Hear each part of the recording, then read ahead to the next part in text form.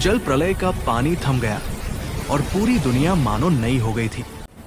लेकिन इसके बाद नूह ने क्या किया इस बारे में कोई बात नहीं करता। उसने अभी अभी अपने सभी दोस्तों, पड़ोसियों और शहरों को खत्म होते देखा था। तो इस नई दुनिया में उसका पहला कदम क्या था? ये एक ऐसा काम था जिसकी उम्मीद उस इंसान से नहीं थी जिसने अभी अभी पूरी दुनिया को बचाया था। दरअसल इस घटना ने इतिहास में पहली बार एक बड़े परिवार को अलग कर दिया था। मेरे साथ बने रहिए, क्योंकि जल प्रलय के बाद जो हुआ वह भी उतना ही हैरान करने वाला है जितना खुद जल प्रलय था। क्योंकि आज आप ऐसे ऐसे रहस्यों को जानेंगे जिसे शायद ही आपने पहले कभी जाना हो। लेकिन इससे पहले कि हम वीडियो में आगे बढ़े, हम सभी उस बड़े जल प्रलय के बारे में जानते हैं। वो बारिश जो 40 दिन और 40 रात तक हुई थी। वो पानी जिसने सबसे ऊंचे पहाड़ों को भी डुबो दिया था। लेकिन हम ये भूल जाते हैं कि आखिर परमेश्वर ने नूह को ही क्यों चुना था। आखिर वो इतना खास क्यों था? इसका जवाब आपको हैरान कर सकता है। एक ऐसी दुनिया के बारे में सोचिए जहां लोग सिर्फ अपनी परवाह करते थे, जहां पड़ोसी एक दूसरे को बिना सोचे समझे दुख देते थे, जहां हिंसा करना सांस लेने जितना ही आम हो गया था। बाइबल उन दिनों की एक भयानक तस्वीर दिखाती है। धरती पर चारों ओर सिर्फ हिंसा ही हिंसा थी।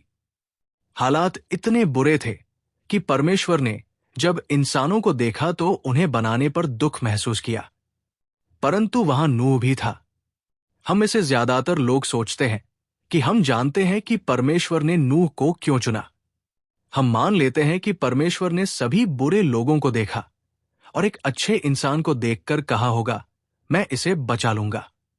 ये एक सीधी और सरल कहानी है। अच्छे बनो तो परमेश्वर तुम्हें आशीष देगा, बुरे बनो तो परमेश्वर तुम्हें दंड देगा। लेकिन जब हम बाइबल को ध्यान से पढ़ते हैं तो हमें एक अद्भुत बात का पता चलती है। ये बात पूरी कहानी को ही पलट देती है। क्या आप जानते हैं कि बाइबल में परमेश्वर की दया का सबसे पहला जिक्र नूह की कहानी में आता है?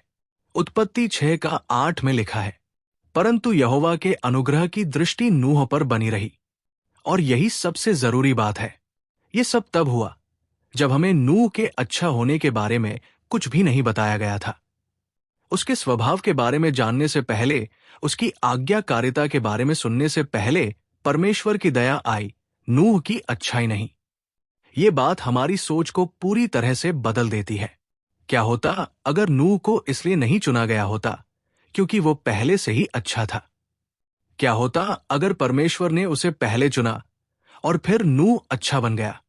ये ऐसा है जैसे आपको पता चले कि आपकी मनपसंद फिल्म का अंत उसकी शुरुआत से पहले ही लिख दिया गया था। उत्पत्ति 6:9 हमें बताती है कि परमेश्वर द्वारा दया दिखाए जाने के बाद ही नूह एक अच्छा इंसान बन गया जो परमेश्वर के साथ चलता था। ऐसा लगता है जैसे परमेश्वर की दया पहले आई और ये अच्छे गुण उसके बाद आए। नूह ने अच्छे काम करके परमेश्वर की दया नहीं कमाई, बल्कि परमेश्वर की दया पाकर वो अच्छा इंसान बन गया। जरा सोचिए, इसका हमारे लिए क्या मतलब है? क्या परमेश्वर सिर्फ उन्हीं लोगों से प्यार करता है जो अपने कामों में बहुत अच्छे हैं, या उसका प्यार पहले आता है जो हमें बेहतर बनने में मदद करता है? क्या परमेश्वर हमें इसलिए चुनता है क्योंकि हम पहले से अच्छे हैं, या हम इसलिए अच्छे बनते हैं क्योंकि परमेश्वर हमें चुनता है? सच तो यह है कि परमेश्वर ने नूह को पहले अपनी दया के कारण चुना, इसलिए नहीं कि नूह ने इसे कमाया था। परमेश्वर ने नूह को इसलिए चुना क्योंकि परमेश्वर भला है, इसलिए नहीं कि नूह पूरी तरह से ठीक था। इससे हमें खुद के प्रति भी अपने नजरिए को बदलना चाहिए। हो सकता है कि हमें परमेश्वर का प्यार पाने के लिए सब कुछ ठीक करने की जरूरत नहीं है। हो सकता है कि उसका प्यार ही हमें शुरुआत से ही सब कुछ ठीक करने में मदद करता है। जब परमेश्वर बुराई को मिटाने के लिए जल प्रलय लाने की योजना बना रहा था, तब भी वो नूह को बचाने की योजना बना रहा था। जब इंसान हर तरह से नाकाम हो गए थे, तब भी परमेश्वर एक नई शुरुआत की तैयारी कर रहा था। दंड के बीच भी परमेश्वर की दया काम कर रही थी। लेकिन यहीं पर कहानी एक ऐसा मोड़ लेती है जिसकी किसी को उम्मीद नहीं थी। आखिरकार नूह और उसका परिवार जहां से कीचड़ वाली जमीन पर उतरे। जल प्रलय खत्म हो चुकी थी, दुनिया खाली और नई हो गई थी। नूह सबसे पहले क्या करता? घर बनाता, कुछ खाने की चीजें उगाता, जानवरों की देखभाल के बाद आराम करता। नहीं, नूह ने इसके बाद जो किया उससे सब हैरान रह गए, और इस काम ने हमेशा के लिए परमेश्वर के इंसानों के साथ व्यवहार करने के तरीके को बदल दिया। बारिश रुक गई थी, पानी भी कम हो गया था। हजारों जानवरों के साथ 1 साल से भी ज्यादा समय तक जहाज में रहने के बाद नूह और उसका परिवार आखिरकार सूखी जमीन पर आया। जरा उस जगह के बारे में सोचिए। जो कुछ भी वे जानते थे वो सब खत्म हो गया था। ना कोई घर, ना कोई शहर, ना कोई जाने पहचाने पेड़, ना पहाड़, बस कीचड़, बिखरा हुआ कचरा और एक अजीब सी खामोशी जहां कभी हलचल भरे कस्बे हुआ करते थे। अगर आप नूह की जगह होते तो सबसे पहले क्या करते? सच कहूं तो हम में से ज्यादातर लोग शायद कोई घर बनाने या खाने की चीजें ढूंढने निकल जाते। आखिर उन्हें जीने के लिए जरूरी चीजों की तो जरूरत थी। या शायद हम बस आराम से बैठते और राहत की सांस लेते कि ये मुश्किल समय आखिरकार खत्म हो गया। लेकिन नूह ने कुछ ऐसा किया जो आज हमें बहुत अजीब लगता है। परमेश्वर ने अपना वादा पूरा कर लिया था। अब नूह और उसके परिवार को इस नई और साफ दुनिया में अपनी जिंदगी फिर से शुरू करने की जरूरत थी। उत्पत्ति हमें बताती है कि नूह एक किसान बन गया। दरअसल जल प्रलय के बाद अंगूर का बाग लगाने वाला वो पहला इंसान था। ये कोई जल्दबाजी में की गई खेती नहीं थी। अंगूर का बाग लगाने का मतलब था कि नूह हमेशा के लिए बसने की योजना बना रहा था। अंगूर की बेलों को अच्छे फल देने में सालों लग जाते हैं। नूह जड़ें जमा रहा था, भविष्य की योजना बना रहा था। लेकिन तभी कुछ ऐसा हुआ जो ज्यादातर बाइबल की कहानियों में नहीं बताया जाता। नूह ने अपने अंगूरों से दाखरस बनाई। उसने बहुत ज्यादा शराब पी ली और फिर अपने तंबू में बिना कपड़ों के ही सो गया। लेकिन रुकिए, आप सोच रहे होंगे नूह वही हीरो जिसने सभी जानवरों को बचाया था। हाँ, वही नूह बाइबल इस अजीब सच को नहीं छिपाती। इसमें बस इतना लिखा है, उसने शराब पी और नशे में धुत होकर अपने तंबू में नंगा पड़ा रहा। परमेश्वर पर विश्वास के उस महान नायक, उस व्यक्ति ने जो परमेश्वर के साथ चला, और जब सब उसका मजाक उड़ा रहे थे तब भी उसने एक जहाज बनाया। एक बहुत ही इंसान जैसी कमजोरी दिखाई। उन दिनों बिना कपड़ों के होना सिर्फ शर्मनाक ही नहीं बल्कि बहुत ही अपमानजनक था। नई दुनिया के पिता को ऐसे नहीं पाया जाना चाहिए था। कहानी यहीं से अलग मोड़ लेती है। नूह के 3 बेटों में से एक हाम अपने पिता को इसी हालत में पाता है। लेकिन अपने पिता की चुपचाप मदद करने के बजाय हाम ने जाकर अपने भाइयों को ये बात बताई। बाइबल बताती है कि उसने बस यूं ही इसका जिक्र नहीं किया। हो सकता है उसने अपने पिता का मजाक उड़ाया हो। नूह के दूसरे बेटों शेम और येपैथ ने बिल्कुल अलग तरह से काम किया। उन्होंने एक कपड़ा लिया, पीछे की ओर तंबू में चले गए ताकि वे अपने पिता को बिना कपड़ों के ना देखें, और उन्हें ढक दिया। उन्होंने अपने पिता की गरिमा की रक्षा की, जबकि वो खुद अपनी गरिमा की रक्षा नहीं कर पा रहे थे। जब नूह की नींद खुली और उसे पता चला कि क्या हुआ था, तो उसे एक पारिवारिक समस्या का सामना करना पड़ा। इतिहास की सबसे बड़ी आपदा से बचने वाला व्यक्ति अपने परिवार में इस व्यक्तिगत समस्या का सामना कैसे करता? जल प्रलय ने धरती से बुराई को तो मिटा दिया, लेकिन इंसान के दिल की कमजोरियों को नहीं धो पाया। नूह का परिवार अभी भी उन्हीं गलतियों और समस्याओं से जूझ रहा था जो जल प्रलय से पहले थी। ये पारिवारिक नाटक हमें याद दिलाता है कि बाइबल के सबसे महान नायक भी इंसान ही थे। उन्होंने गलतियां की, उनके पारिवारिक जीवन में भी समस्याएं थी। कभी कभी वे ऐसे काम कर जाते थे जिनका उन्हें पछतावा होता था। जरा सोचिए, नूह ने अभी अभी जल प्रलय के दौरान परमेश्वर की अद्भुत सुरक्षा को महसूस किया था। उसने अपनी आंखों से देखा था कि परमेश्वर पाप का न्याय कैसे करता है। फिर भी वो खुद पाप में गिर रहा था। ये हमें दिखाता है कि पाप करने की इच्छा कितनी ताकतवर हो सकती है, यहां तक कि उन लोगों के लिए भी जिन्होंने परमेश्वर की शक्ति को बहुत पास से देखा है। हम शायद सोए कि परमेश्वर ने बाइबल में ये शर्मनाक कहानी क्यों रखी। क्या नूह को सिर्फ एक अच्छा इंसान के रूप में याद रखना बेहतर नहीं होता? लेकिन परमेश्वर का वचन अपने नायकों की कमियों को नहीं छिपाता। यह हमें सच्चे लोगों को उनकी सच्ची समस्याओं से जूझते हुए दिखाता है। यह हमें सम्मान करना भी सिखाता है। नूह के सबसे कमजोर समय में हाम ने अपने पिता का अपमान किया। अपने पिता की गरिमा की रक्षा करने के बजाय उसने उनकी शर्मिंदगी को दिखाया। उसके भाइयों ने हमें एक बेहतर रास्ता दिखाया, दूसरों की शर्म को छिपाकर और उनकी गरिमा की रक्षा करके। लेकिन इसके बाद जो हुआ उसके परिणाम कई पीढ़ियों तक चले। इस पारिवारिक समस्या पर नूह की प्रतिक्रिया ने पूरे राष्ट्रों के भविष्य को तय किया। क्या इस पारिवारिक झगड़े से परमेश्वर की योजना खराब हो जाएगी?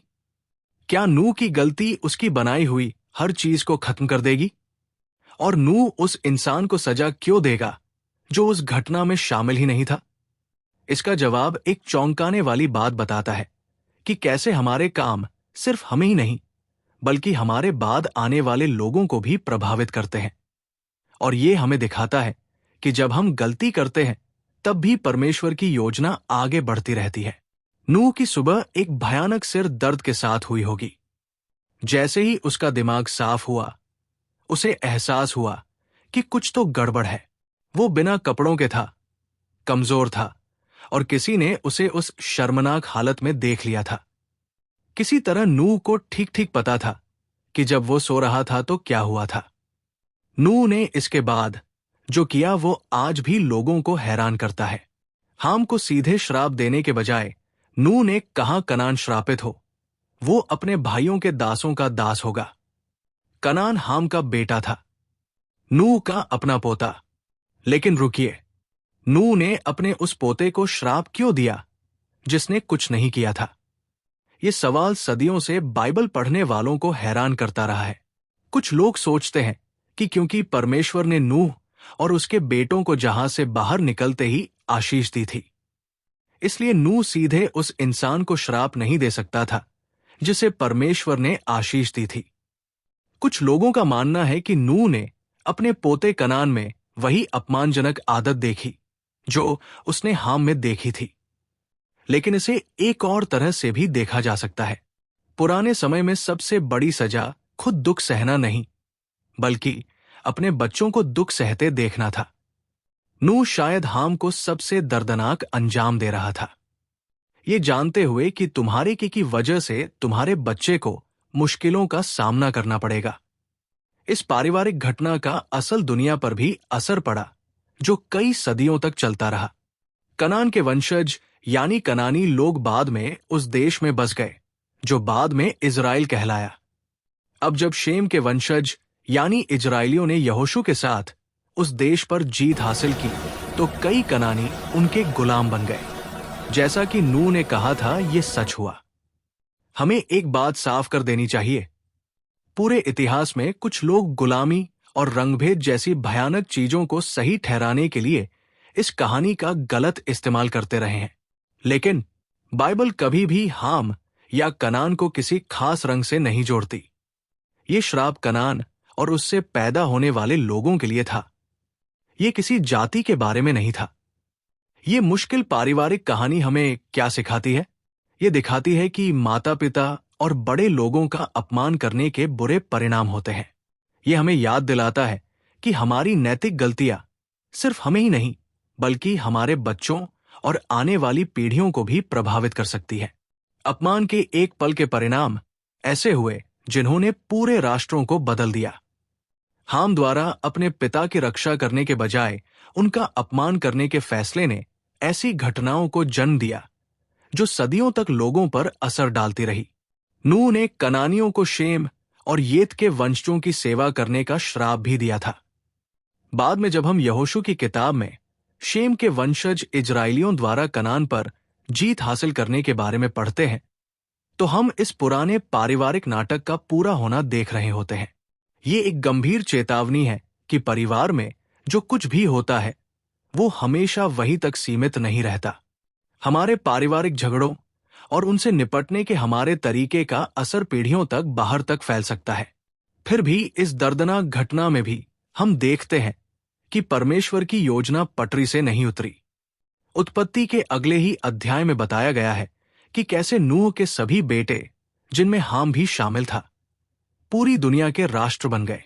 इस पारिवारिक समस्या के बाद भी परमेश्वर अभी भी गलती करने वाले इंसानों के परिवारों के माध्यम से अपना मकसद पूरा कर रहा था। सबसे जरूरी बात यह है कि शेम के परिवार से आखिरकार एक और इंसान आएगा जो दुनिया को जल प्रलय से नहीं बल्कि क्रॉस के माध्यम से बदल देगा। एक ऐसा इंसान जो श्राप नहीं बल्कि माफी देगा। लेकिन नूह की जल प्रलय ही एकमात्र ऐसी घटना नहीं है जब परमेश्वर ने इस बिगड़ी हुई दुनिया को सुधारने के लिए कुछ किया। क्या आप जानते हैं कि एक ऐसी घटना है जिसके बारे में ज्यादातर चर्च कभी बात नहीं करते? ये उस समय की है जब स्वर्गदूत स्वर्ग छोड़कर इंसानों से शादी करने लगे थे। ये कोई आम स्वर्गदूत नहीं थे, बल्कि वे गिरे हुए स्वर्गदूत थे जिन्होंने परमेश्वर के नियमों को तोड़ा था। लेकिन जल प्रलय के बाद इन स्त्रियों का क्या हुआ?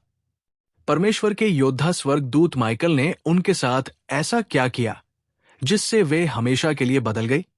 हनोक की किताब हमें एक चौंकाने वाली बात बताती है। ये औरतें जल प्रलय में यूं ही नहीं मरी। उनका अंजाम अद्भुत और डरावना दोनों था। परमेश्वर आपको और आपके परिवार को आशीष दे।